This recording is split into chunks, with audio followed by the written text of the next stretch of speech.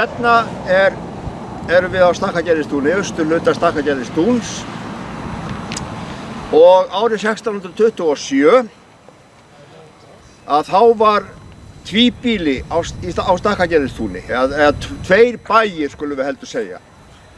Það var annars vegar vestra Stakkagerði sem hefur þá staðið vestarst á túninu og það er ekkert svo langt síðan hús sem var kallað vestra Stakkagerði var rifið. Við munum öll eftir því sem við hér erum. Og hérna austar á túninu hefur þá verið eystra Stakkagerði og það er ekkert svo mjög langt síðan að það hús var rifið sem síðast stóð þar. Síðast bjuggu þar ungverskir flóttamenn sem komu til Vestmannaeyja árið 1956 eftir að Sovétríkin höfðu hertekið Ungverjaland. En hérna á þessum tíma bjuggu í vestra Stakkagerði Jón Oddsson og Anna Jasparsdóttir og Jaspar Kristjánsson, pabbi hennar. Þau voru nýgift, Anna og Jón, þegar að ógæfan dundi yfir. Og Jón, hann hefur líkast til verið á sjó þegar að þetta gerðist, þannig að Anna og Jaspar, feðginin, eru tekin og þau lendi í þeim hópi sem að fór hérðan til Alsír. Í eystra Stakkagerði bjuggu Eyjólfur Sólmundarson og kona hans Guðríður Símonardóttir, sonur þeirra Sólmundur, þegar þetta gerðist. Það er sama má segja Eyjólf. Hann var á sjó þegar að ósköpin skullu á og var þess vegna náttúrulega ekki tekinn, en Guðríður og sonurinn Eyjólfur lentu bæði í þessu ráni og voru flutt nauðug til Alsír. Þegar að þetta fólk kemur til Alsír, þá er það boðið upp til sölu, kaups. Og það gerist einfaldlega þannig að það er bara markaður og það er sérstaklega í Alsír. Þar var til skamms tíma þrælamarkaður þar sem að þrælarnir voru bornir upp og hún Helga Hallbergsdóttir sem hefur farið þarna, hún sagði okkur það ekki alls fyrir löngu að það sé búið að eyðileggja það sé búið að byggja yfir þar sem að þrælamarkaður var. Hann var til... Já, það var verið að búa til neðanjárnbrautarstöð þar. Neðanjarðarjárnbrautakerfið það krafðist þess að þrælamarkaðnum var Þar var gólfið tekið. Já.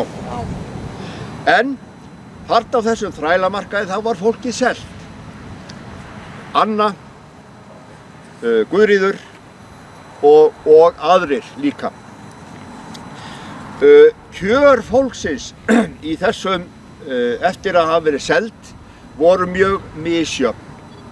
Sumir dóu hreinlega úr eymd og volæði og illri meðferð, aðrir skrimtu og sumir virðist hafa haft það svona þokkalega sæmilegt.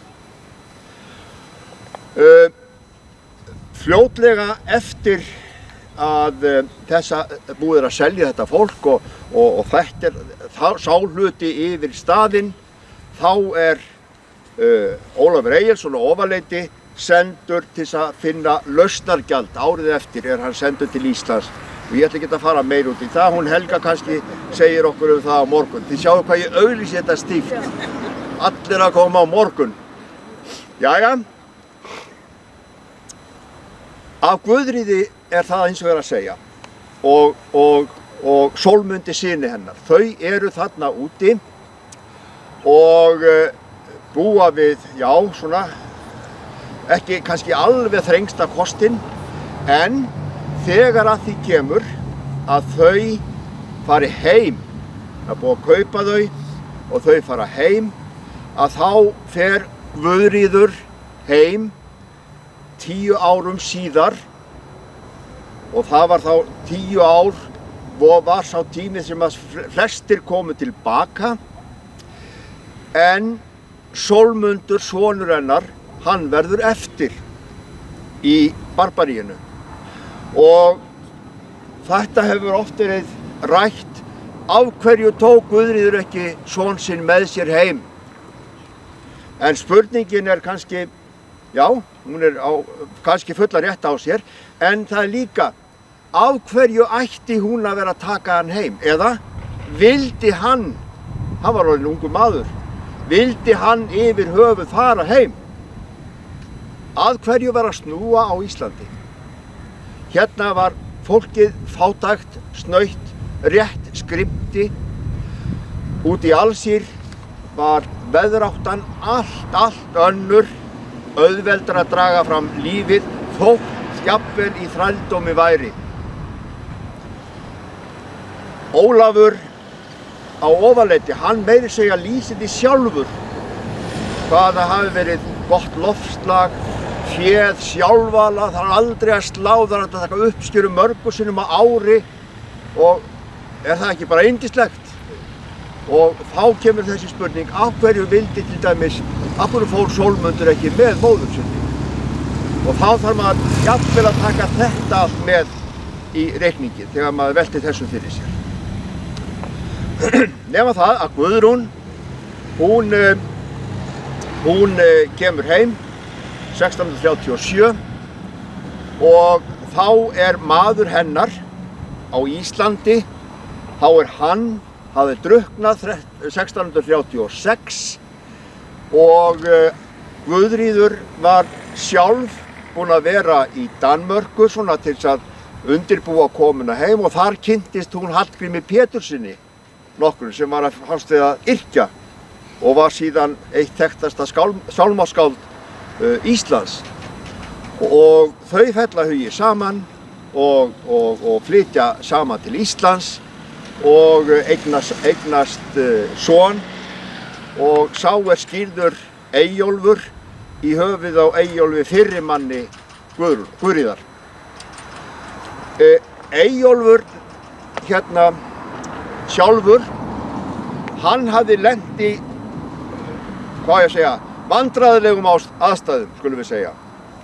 Því að hann réði sér vinnukonu og það endaði ekki nema á einn veg. Hún varð bara konan hans og þau eignuðu saman barn.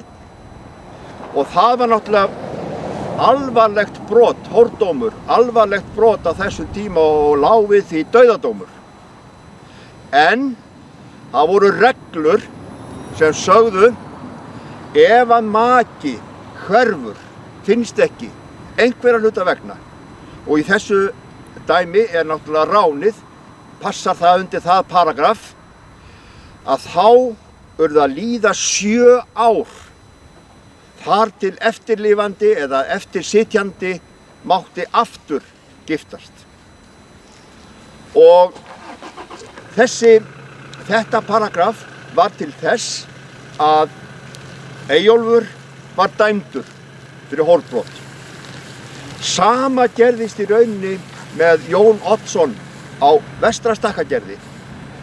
Þegar Anna var tekin og faðir hennar, Jaspar, þegar hún var tekin, þá nær Jón Oddsson sér líka í konu. Og hann fær dóm og það er dauðadómur. En einhverja hluta vegna þá var horft fram hjá þessu.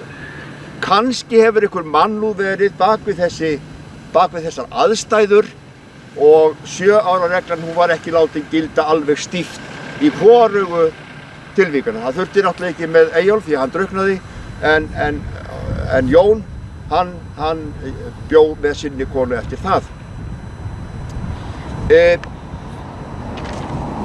Þetta var svona afdrif þeirra svolítið, Guðríðar og Önnu. En þegar að fólkið loksins er leyst úr ánauð, þá er talað að það hafi komið 50 Íslendingar tilbaka og flestir úr Vestmannaeyjum, ég held að sé talað hvað 37 minni mig, sem hafi komið tilbaka og ein kona var langdýrust og ég ætla ekki að segja ykkur hver það ég vísa bara eins og ég hef gert hér áður eitthvað annað með það.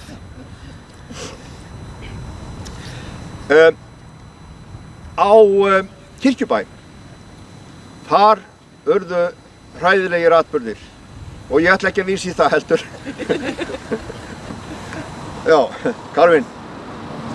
En eiginkona Jóns Þorsteinssonar, Margrét Jónsdóttir, og 2 börn þeirra, Margrét hét dóttirinn og Jón, sonurinn, þau voru tekin og lentu í alls konar, má segja, ævintýrum. Og Margrét yngri, hún varð til dæmis endaði sem sko spænsk hefðarfrú. Hún losnaði og haldi flutti til Spánar og þar sagt að hún hafi verið spænsk hefðarfrú á Spáni, rík og svona. Og Jón Þorsteinsson, Jón Jónsson ætla ég nú að segja, Þorsteinssonar, hann þarna líka, en hann losnar og lendir í öllum hugsanlegum ævintýrum sem hægt að lenda í. Hann var sjóræningi, hann var kortagerðarmaður fyrir Danakonung og bara nefndu það, hann var allt einhvern tímann á ævi sinni og hann kallaði sig Jón Westman, þessi ákomandi. Anna aftur á móti, Jasparsdóttir hérna í Vestra-Stakkagerði, hún átti öðruvísi sögu. Þegar hún kemur í Barbaríið, þá var hún svo heppin, eða hvað á að kalla það, að það vellríkur maður sem kaupir hana. Og hún giftist höfðingja, íslenskum eða múslimskum höfðingja. Hún turnerast, það að segja hún tekur íslamstrú og kastar kristinni trú, því að bæði kristir menn máttu ekki umgangast múslima og múslimar ekki kristna. Þannig að það var jafnt á með að því leyti komið. En hún hérna tekur múslimatrú og í góðu yfirlæti í Alsír. Og Íslendingarnir í Alsír, það eru frásagnir af ýmsu sem þeir sögðu frá Önnu að hún hafi verið svo merkileg og hún hafi verið svo stór upp á sig, aldrei talað við nokkurn íslenskan mann og sýnt fólki fyrirlitningu. Og það eru margar frásagnir til af því að þetta hafi verið svona. Anna í rauninni þá mátti hún ekki umgangast og ef hún hefði umgengist, hvað hefði þá gerst hjá henni, sjáðu þið. Þannig að það skýringar að geta verið þarna, en það eru líka til frásagnir að Anna hafi á laun gert mjög margt til þess að aðstoða Íslendinga sem höfðu verið teknir sem fangar, aðstoða þá á ýmsa lund. Hún hafi verið að hjálpa til við ýmislegt á laun, því að það mátti náttúrulega alls ekki komast upp.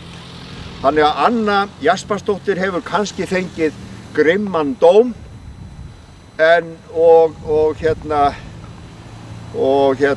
enda var hún kristin og í því kristna umhverfi sem að þessi öll umfjöllun en kannski var hún bara þessi góða kona undir niðri. Og hún fékk hún fékk sinn mann til þess að leysa út föður sinn, Jaspar.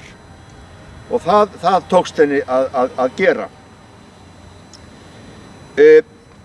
Aðeins ég var búinn að nefna það að sumir urðu eftir og skýringarnar ýmsar.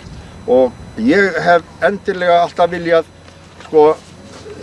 vera með halda svolítið hátt á lofti aðstæðurnar þarna, loftslagið og aðstæðurnar ef að fólk leið ekki þeim meiri þjáningar, þá var þetta ákjósanlegur staður vegna þess að á Íslandi þá liðu menn þjáningar. Bara fátækt fólk átti ekki neitt. Hérna í Vestmannaeyjum voru bændurnir, eða Danakonungur átti eyjarnar, bændurnir voru störfuðu hjá konungnum og konungurinn hirti auðinn. Og þeir voru þess að því leyti til eins og þrælar. Þeir voru tómthúsmenn kallaðir og tómthúsmaður þýðir sá sem býr í húsi sem er tómt. Tómt af hverju? Tómt af búfé. Það er ekki hinn hefðbundi landbúnaður, heldur stunduðu þeir fiskveiðar. Og þurrabúðamenn voru þeir kallaði líka vegna þess að búðirnar, eða þar sem þeir bjuggu, það voru þurrar. Þurrar af hverju? Mjólk. Þess vegna er það kallað þurrabúð. Þeir stunduðu sjómennsku. Og fiskveiðar hérna við Vestmannaeyjar voru óskaplega drjúg tekjurund fyrir Danakonung. Og Danakonungur hann stórgræddi á því að eiga þessar eyjar og hafa miklar tekjur af fiskútflutningi. Og hann það eru til í skjölum þar sem að talað er frá konungsins sjónarmiði, það er eyjan mín Ísland og Vestmannaeyja. Ísland og Vestmannaeyja, þetta er svona þessi tvenna. Og það segir okkur það að tiltaka Vestmannaeyjar sérstaklega, það hlýtur að hafa verið ástæða fyrir því og hún hlýtur að hafa verið efnahagsleg fyrir kónginn. Já, nú held ég að við löbbum bara hér á Skans.